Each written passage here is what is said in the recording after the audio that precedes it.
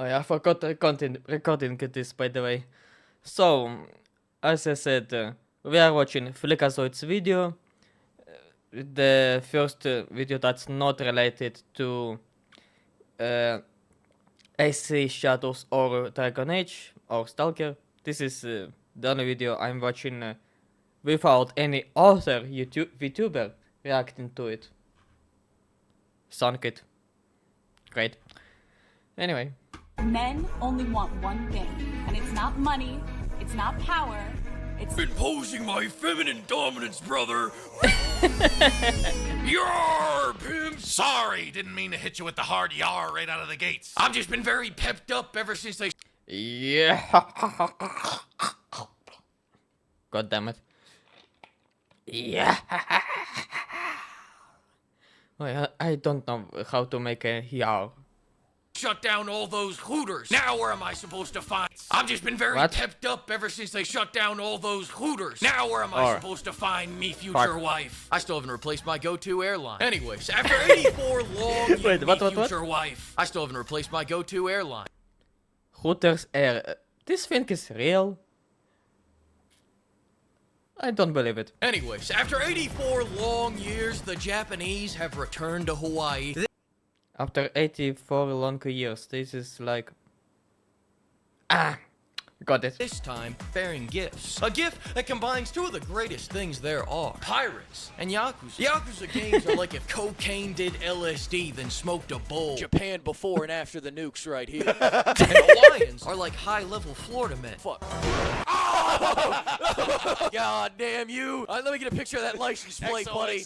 I'll be sending that to my lawyer, you fuck. In Pirate Yakuza, all it takes is minutes to go from some poor lady mourning the loss of her entire family to a 60-year-old man blasting the Angry Birds theme while he drifts in his pirate ship, shooting his laser-powered purple cannon at a ship full of clowns, then topping it off by strafing their poop deck with a fully automatic, non-lethal flintlock. That's holy shit, I need to play it.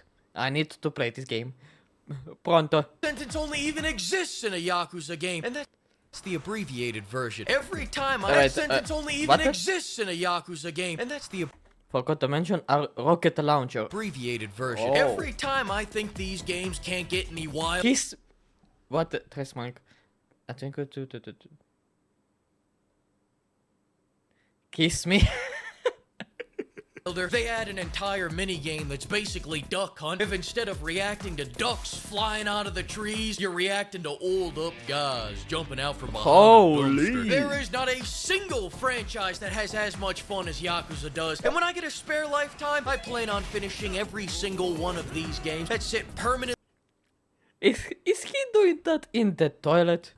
on my hard drive waiting to give me joy. But one of the things I find most interesting about Yakuza is that it shows how simple fun can be, therefore accentuating how incompetent you have to be to make something that isn't fun. Like, let's say, for example, I don't know, you throw the GDP of Ubisoft reported they spent $650 to $850 million on Skull and Bones. This is how you make a failure. Bosnia on making a pirate game, and then you don't say, for example, I don't know, you throw the GDP of Bosnia on making a pirate game, and then you don't even put any shipboarding in it. Or how about you're making a new addition to your franchise all about jumping and stealth, then you make an entire character that cannot fucking jump or be stealthy. Or you pilfer the Singaporean government's booty and only have this mini game to show for it. Pirate Yakuza was made in a cave with Wait. only fucking jump or be Wait, stealthy. what the or hell? So Ubisoft still making Skull and Bones because a deal with the Singapore government won't let it die. Holy sheesh. For the Singaporean government's booty, and only have this many games. Seriously? I saw the mechanic where you were fixing the ship with something similar. Is the entire game like this? I swear to God, this is... I saw it in the Papa Pizza minigames, browser games. With that mustache pizza man type of games, browser games.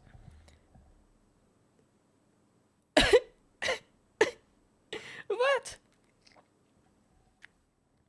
Ubisoft, What is wrong with you? Game to show for it. Pirate Yakuza was made in a cave with a box Holy. of scrap. It's built like a hot dog. It's just the assholes and elbows of all the other Yakuza games made probably about a goddamn year. And yet their weakest minigame is fucking golf. That's right, an entire goddamn sport. A sport that I lost an entire evening to, by the way. Listen, we'll get back to the UB slop in a second. I'm like the John Daly of putt-putt. That's right, I'm severely overweight and I have a gambling problem. What the fuck are you gonna do about it? The trick to sticking your balls in that hole is a gentle touch. I'm telling you, it's way harder to lose this game than it is to win it. Wow! Because as long as you have fun, you are the winner. You are the winner as long as you have fun. This is the rule of a game. Or the trick could be aiming your balls towards the audience and then cranking it as hard as you possibly can. Or the trick could be aiming on top of the hole, then cranking the ball in the opposite direction of the wind. Or the trick could just be not cranking the ball at all. Listen, the point is, the trick can be whatever you want it to be as long as you have a copy of Premiere Pro. Ooh la la. For now, let's circle back to Ubisoft. I mean, if we're already talking about the minigames, let's just talk about them, right? I thought I wouldn't enjoy playing bingo until I was old and couldn't get hard anymore, but as it turns out, you don't have to be old. Bingo's actually kind of the bee's knees, pimps. And even better news, we can beat it using the same trick that we just used on regular golf. Can't get your platform to work with you, brother? It happens to the best of us. The trick here is taking $50 and heading on down to a whorehouse in Chihuahua. See, what did I tell you? History is written by the autist. What the With pirated Adobe software, you never forget that. Minigames in Pirate Yakuza range from being hit by a Honda while delivering someone's Little Caesars to bros being guys doing man things in a heterosexual manner. But if you're in the Middle East, that minigame probably didn't make it out to you guys, so instead check out Explosive Baseball Tetris. And this one, you smack balls and wait to see which one blows up the entire building. This is actually way easier than fucking the rest of their baseball. Oopsie. Hang on a second, it's just dawned upon me that we haven't actually even reviewed the game yet in this review. Hey, you know what, if we made it this far, why start now? This next minigame...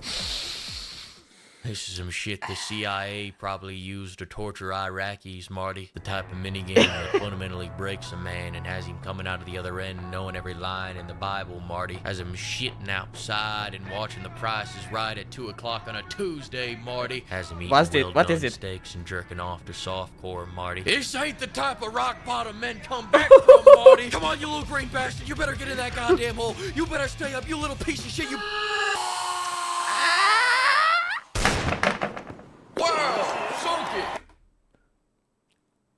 I thought my ears blew up for a second. I thought that my ears blew up for a second, okay? This was scary, Fleeky. This was scary. Now, I will say this, a disturbing trend I've noticed with recent Yakuza entries is that they never give us action players any of those advanced business-building minigames that the turn-based players get. What do you guys think, we're stupid or something? You think we're some kind of fools, you bastards? I'm the goddamn master of minigames! I conquered the one-shot challenge so hard they had me redo the same level over and over so they could marvel at my greatness. And you think I'm too stupid to run a jiggle joint? The audacity, you know, you're the fools, that's what I think. Bitch. Speaking of ass, that takes us back around to Ubisoft, but I just gotta tell you about the Coliseum minigame first. Can I tell you about the Coliseum minigame? I've been waiting to tell you about the Coliseum minigame all day. A lot of people think the Coliseum is just some kind of condensed way to enjoy all the pirate parts of the game, but what we're actually trying to figure out here is what mental illness is the strongest in battle. This is like Deadliest Warrior. If instead of Spartans versus ninjas, it was sociopaths versus chronic depression, or bipolars versus anime. Yes, Kate! You under there? Was that Sailor Moon? Big man? The key to surviving the Coliseum, though, is constant drifting. Enemy shooting at you? Drift. You need to shoot at the enemy? Drift. Child support payments? Drift. Everything in life can be fixed with just a little bit of drifting. And also the best crew that you can possibly get your hands on. Your crew is gonna be who boards with you, fights with you, and ideally the better their rank is, the higher their level will be, and the more, you know what, blah, blah, blah, that's all nerd shit. The most important thing about your crew is collecting all the buxom broads you can get. Am I right or am I right? Here's a few ways you can do that. First, you can demonstrate your value to the chick that runs the dart throwing game. Oh! Am I wooing you with my prowess? Oh, Fleek. Are your loins tingling? Are your loins tingling? Join my crew, please. Oh. Second, you can do the Love Broker side quest, where you assemble a harem for your good buddy, then quintuply cuck him at the end. Or there's my favorite, handing $5,000 to a busty ninja that works at Taco Bell. How does that get her to join our crew? Ooh. Well, it's the implication. Now, if you're wondering how you get all the... Demonstrate how does that what? get her to join our crew? Well, it's the implication. Demonstrate value. Now, if you're wondering how you get all the dudes...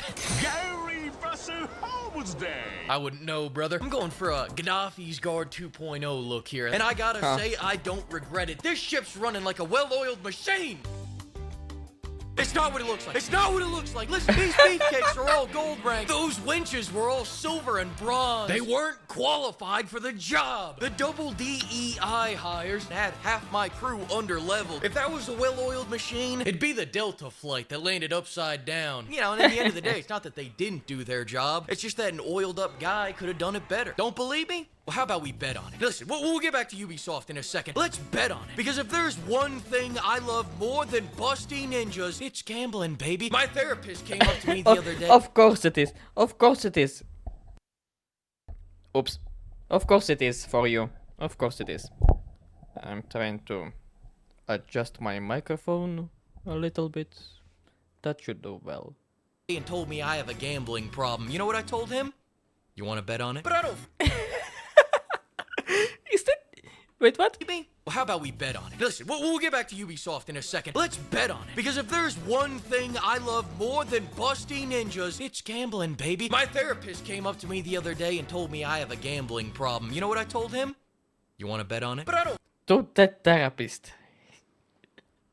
What a man. Fuck with all these Japanese card games, because those make my brain go all mushy like. I tried playing one hand of that Oicho Cabo shit, and here's how that went down. What the fuck is going on? What the hell is happening? Oh, why are there so many cards? Why did they make me the dealer? How did 3 of them just win? Oh, all our money is gone. No, Amber, don't leave. What do you mean our marriage is over? Wow, sunk it. And that's why I stick to American card games, specifically poker. No disrespect to Jack Black, but that's just where I test my luck for the night. See if the gods blessed my landlord with his rent money this month. But as soon as I want to make some real fucking money, it's all about high stakes poker. And I'll tell you how I do it. The first rule of poker is that I always gamble with the house's money, never with my own. And of course, by the house's money, I mean my wife's savings account. Next, open up the official poker If you even have a wife. rulebook. Good job. Now fold it shut and remember this moment, because that'll be the last time you ever fold again. You don't need to read the rules. Reading is for pussies that don't have a Netflix subscription. The only rule you need to know is raised no matter what. Calling?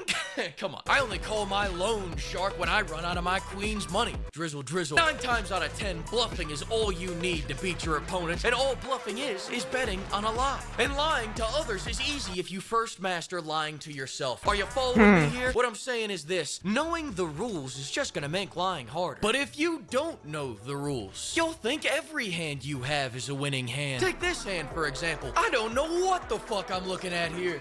So I raise. Then I raise. Then I raise. Then I raise again. The only thing I don't raise is my kids. Boom! I win 50,000 chips. Everyone's in shock. My dick's so hard, it's tipping the table. As for what happens that other 1 time out of 10 where someone doesn't fall for the bluff because he has a full house or a straight or a 1 pair or something, well, that's where we lose everything and kidnap that man in the parking lot later tonight. That's right, I nab his ass and I start a hostage negotiation with the police. When they tell me, if you do anything stupid, our snipers will riddle you with 100 bullets. I raise. I say make it 110 bullets. They don't know who they're talking to. They fold. They go home. They leave me with the hostages. They're too scared of that expert gambler like me. Anyways, just don't overthink this shit. The story of this game, funnily enough, starts the same way that Kingdom Come Deliverance 2 does. Majima hits his head, forgets his entire past, but where the 2 games separate their paths is that after you hit your head in Kingdom Come, you go, Chicks? No. I'm into dudes. whereas in Pirate Yakuza, Majima decides to become a pirate. Now, if you can believe it, I actually hit my head pretty hard after finishing this game. Therefore, I also don't remember a goddamn thing about this story. So instead, how about this? Whip your cock out.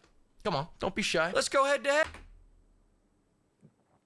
Whip it out yourself, okay?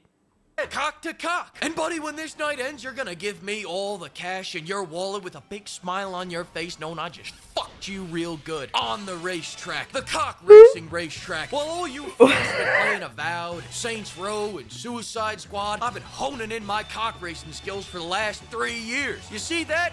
I'm rich. You see that? I just lost everything. But that's okay, because now I'm gonna go find a champion cock, one that dwarfs all these little micro cocks, and he's gonna win me every single race in this godforsaken game, or he's gonna make one hell of a bucket combo. Listen, I gotta go. I've already Holy. installed all my monstrous memory mods. Remember, I'm always 2 cups ahead. Oh. Y'all get ready, man. Next week is about to be crazy. Oh, Yeah, what is crazy is your forehead, buddy. I'm sorry, but your forehead is. man, wait till y'all see what happens next week, man. Oh, man. Thanks to the flock of pimps for bankrolling this video, and another huge thanks to all the pimpers for all the extra booty. Listen, I'll see you all next week when we piss off everybody that doesn't use a great sword. Okay, but seriously, that video by FLEEKAZOID is a banger. I recommend it to everyone.